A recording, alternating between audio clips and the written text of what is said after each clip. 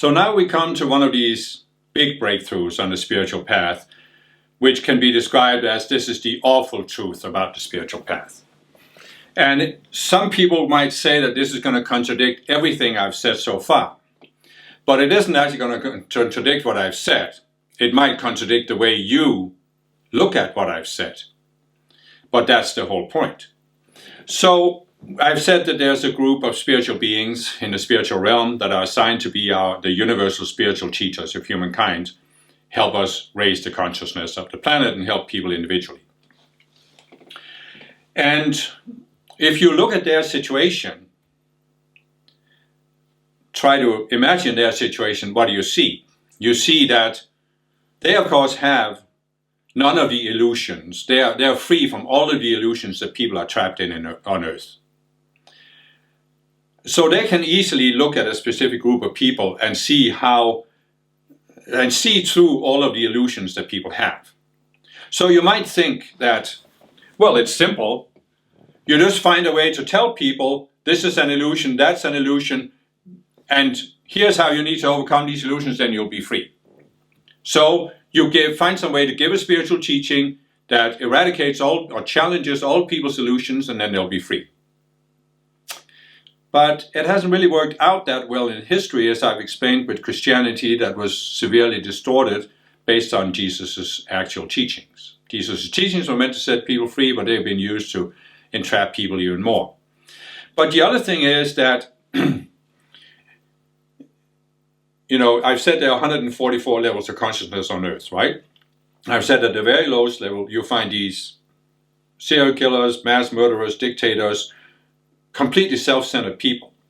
And at the top, you find people who have overcome all selfishness. So there's a wide span between this.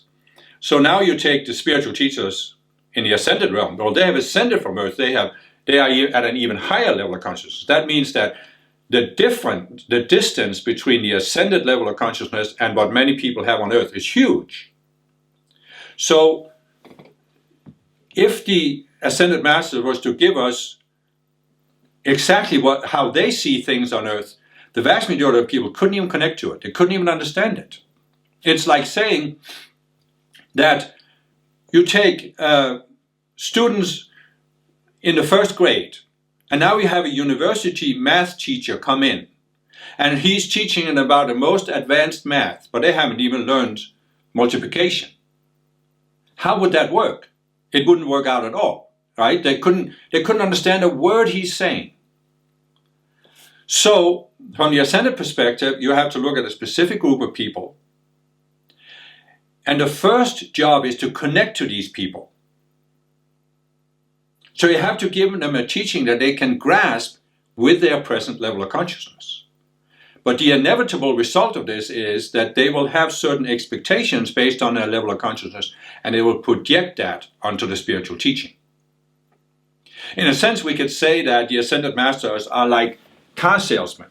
I remember when I lived in the US, on Sunday there would be these huge 2-page ads in the newspapers for car dealerships.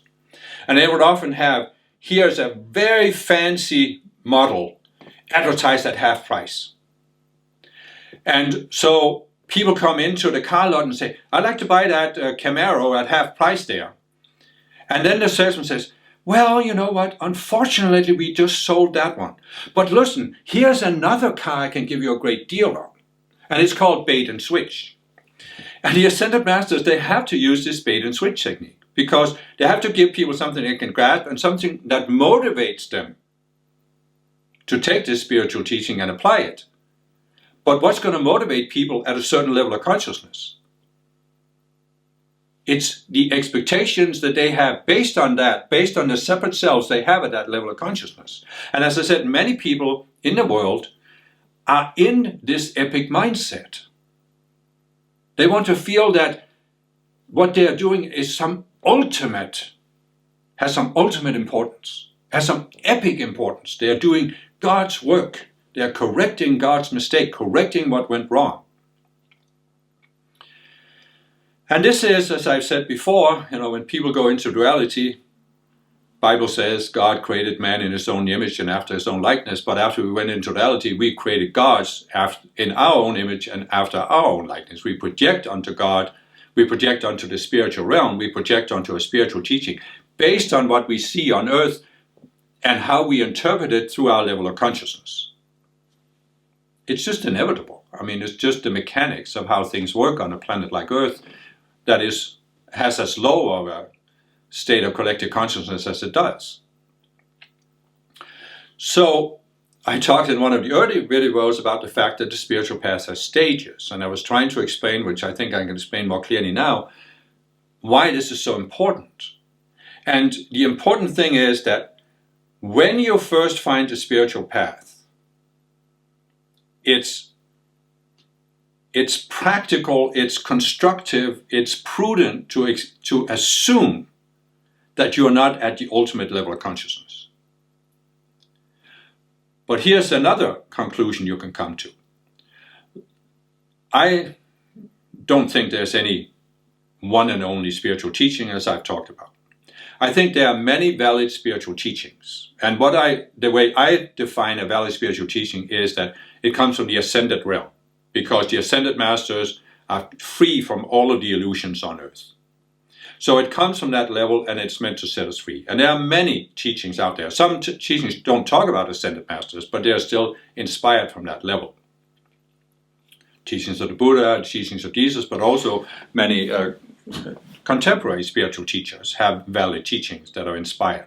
Even if they don't know what ascended masters are, don't use that terminology, it's inspired from a higher level. To me, that's a valid spiritual teaching. So this means what? Well, the teaching is given from the ascended level, from a high level, but it's given for a specific group of people at a specific level of consciousness. So it is adapted to their consciousness, so they can grasp it. That means when you find a spiritual teaching, you can grasp that teaching because it's adapted to your level of consciousness.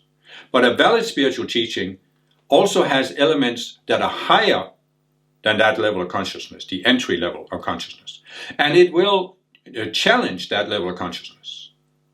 So, as I said, when a student is ready, the teacher appears, which means you're always at a certain level of consciousness, and the teacher that appears to you, the teacher you could recognize, is one that's adapted to your level of consciousness, but it has elements that come from a higher level. So it's wise to recognize that mechanic, that the best or the optimum way to make use of a spiritual teaching is you are striving to connect to the higher level of consciousness that the teaching came from, instead of using the teaching to validate your present worldview. In other words, you are not trying to pull the higher level of consciousness into your level, down to your level, to validate your worldview. You're willing to transcend your worldview and let the teaching take you up. If you realize this one dynamic, it doesn't matter so much what outer teaching you're in, as long as you keep your intuition open, realizing there could be a point where you have taken a specific teaching, you've gone as high as it was designed to take you, and now it's time to open yourself to a higher teaching. That's a possibility. But it's wise to always keep in mind that the purpose of a spiritual teaching is not to validate the worldview of your separate selves, is to give you a frame of reference so you can use the teaching to free yourself from those separate selves. And what does that mean? Well, as I said, in order to get people to follow a spiritual teaching, they have to have a motivation. It takes effort to follow a spiritual teaching. You have to be motivated. And what's the general motivation that people have in the world?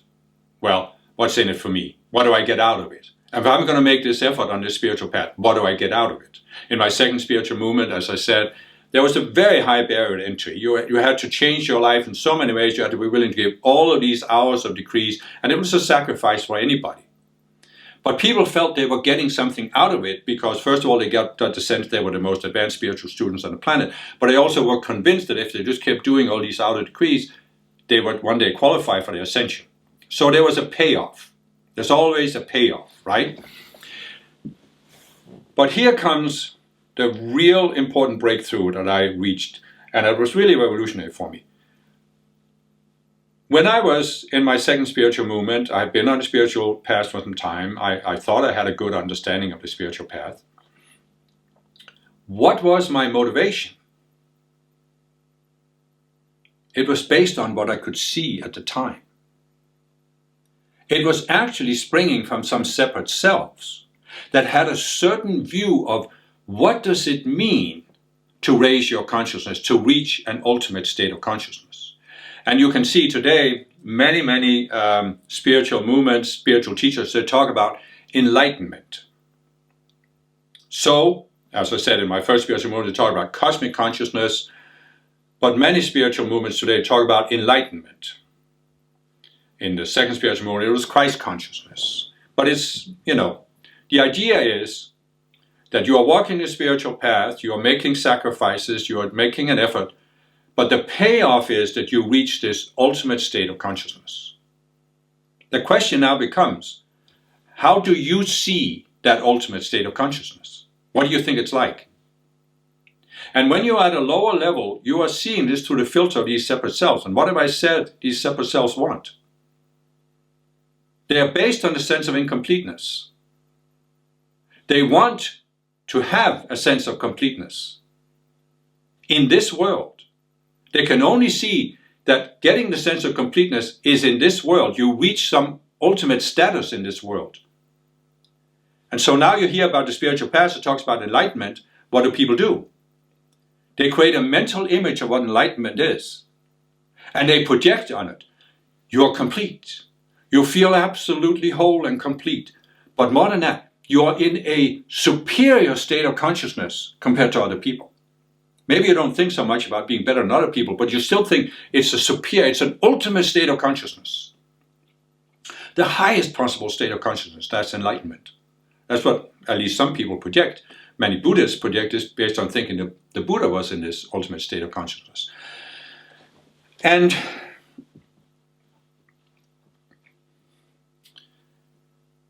this is a trap.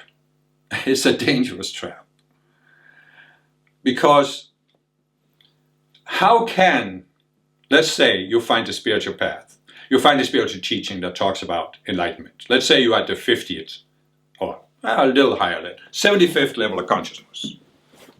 You're finding a spiritual path that talks about enlightenment, raising your consciousness. How can you grasp at the 75th level what enlightenment is? I've said there are 144 levels of consciousness. So if you talk about enlightenment, you would say when you are either at 144th or at least close to it, that's when you can begin to talk about people who are enlightened. But you're quite a bit below that at the 75th level. So how do you look at enlightenment? Well, you look at it through the illusions, through the selves that you have at the 75th level. And you are projecting a mental image on enlightenment. You're not experiencing it. You can't experience it because you're not there yet. So you're projecting an image. And now you are wanting your spiritual teaching to validate that image. So there comes a point, again, one of these dividing points, turning points on the spiritual path where you have to say, am I willing to question my image of what enlightenment means in order to go higher in consciousness? Because you can't go higher if you're trying to validate that image because it's based on the lower state of consciousness. And this is just an incredible breakthrough when you realize this, because all of a sudden it's like so many of these illusions and these viewpoints you had, they just start falling away one by one. It's like they just drop away. And you realize that it's not a matter of living up to these images you used to have. It's just a matter of transcending them. But you also realize something else. It's that, you could ask the question, if we take the concept of enlightenment, can you define enlightenment? And some try, some project onto it. But you really can't. Because when you put something into words, it can be interpreted. And it will be interpreted through people's level of consciousness. And the image that this brings up, or the view that brings up is, and you could even say I'm reinforcing it, is that enlightenment is a state that you reach, and it's some ultimate state. And one way to talk about this is the concept of peak experiences. Many people, and I've met them on the spiritual path, they're always seeking these peak experiences, where you have this mystical experience of oneness, expanded consciousness, and all these things. Some people take drugs to reach it. Other people go to these extreme meditation retreats or sweat lodges or this or that just to experience a different state of consciousness, a higher state of consciousness. But the insight I came to at some point is that the whole concept of peak experiences is actually dualistic. It springs from the duality consciousness, where you always have the two opposite polarities. So, you have a peak experience, but how can you have a peak experience? Only if you have a contrast to a low experience. And this is duality. This is the duality consciousness. We are special compared to these other people. This experience was special compared to my normal level of consciousness. So people can go into this striving for peak experiences, and you think the closer you come to enlightenment, the more peak experiences you have. In fact, you think enlightenment is the ultimate peak experience. You're constantly in this high experience. You're constantly in this ecstatic happiness. There's a concept in Buddhism called bliss. The Buddha was in bliss. But it's actually a translation of a Sanskrit word. I think it's called Ananda. And I don't think it's an accurate translation. I think that the Buddha used this word because it had a different meaning, at least at his time. But then comes some, 2,400 years later, so it comes some Western person with a Western linear mindset, and he has to translate this word, and he doesn't grasp what the concept really was that the Buddha meant. So he translated with something Western people can relate to, but he realizes it's more than happiness, so he comes up with this bliss. It's like a step up from happiness, more than happy. And so many people I met, they think that when you're enlightened, you're constantly in bliss, constantly ecstatically happy. But it's just not the case. Because if you can describe enlightenment as something, you can say that it's when you're free from the duality consciousness, where there are the pairs, the two polarities. That's really what the Buddha was saying 2,500 years ago. And when you're free from the polarities, what does that mean? There's no high or low. There cannot be a peak experience because there's no low experience. Your normal state of consciousness is not low, and now you have a higher state of experience, a higher state of consciousness. Your normal state of consciousness is at a certain level, but it can't really be put on a scale of high and low.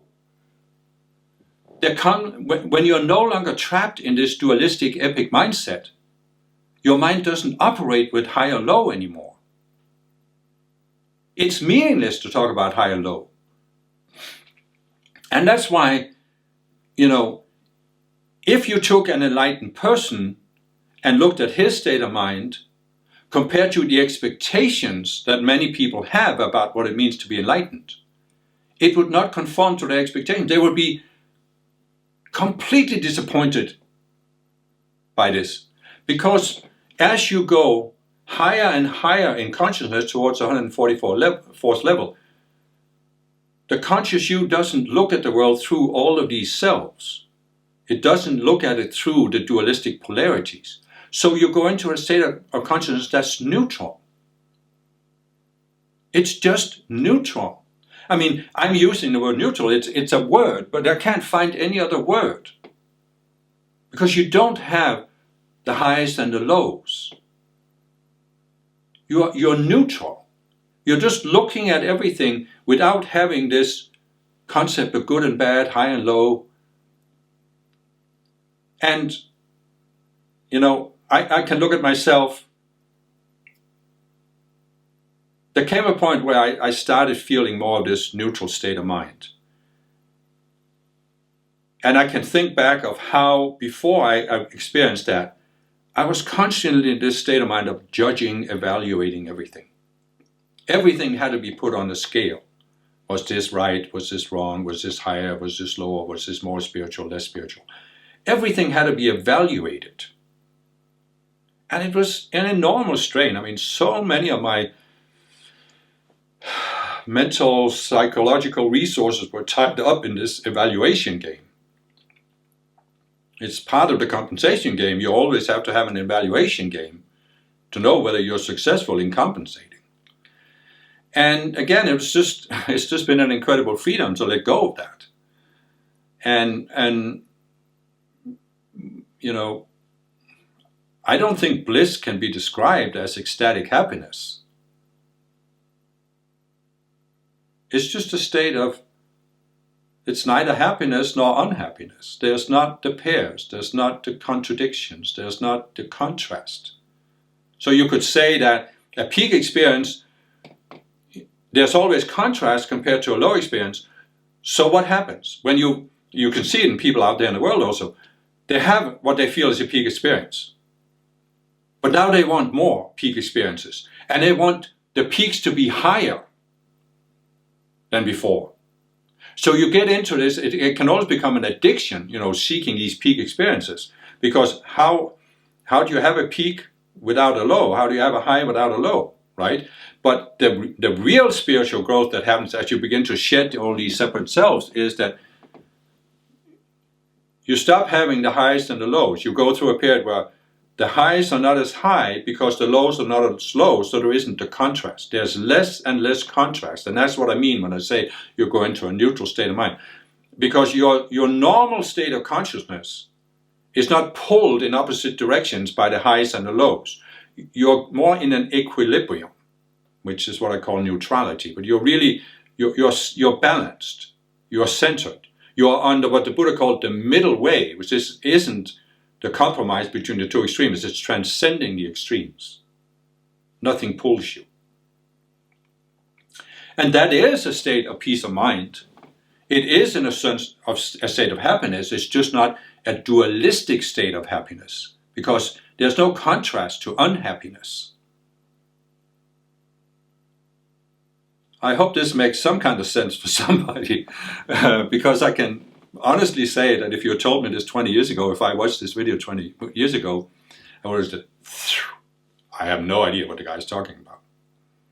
But I hope, as was the case with the Buddha, that some will understand, or rather, some will experience, because you can't really understand it.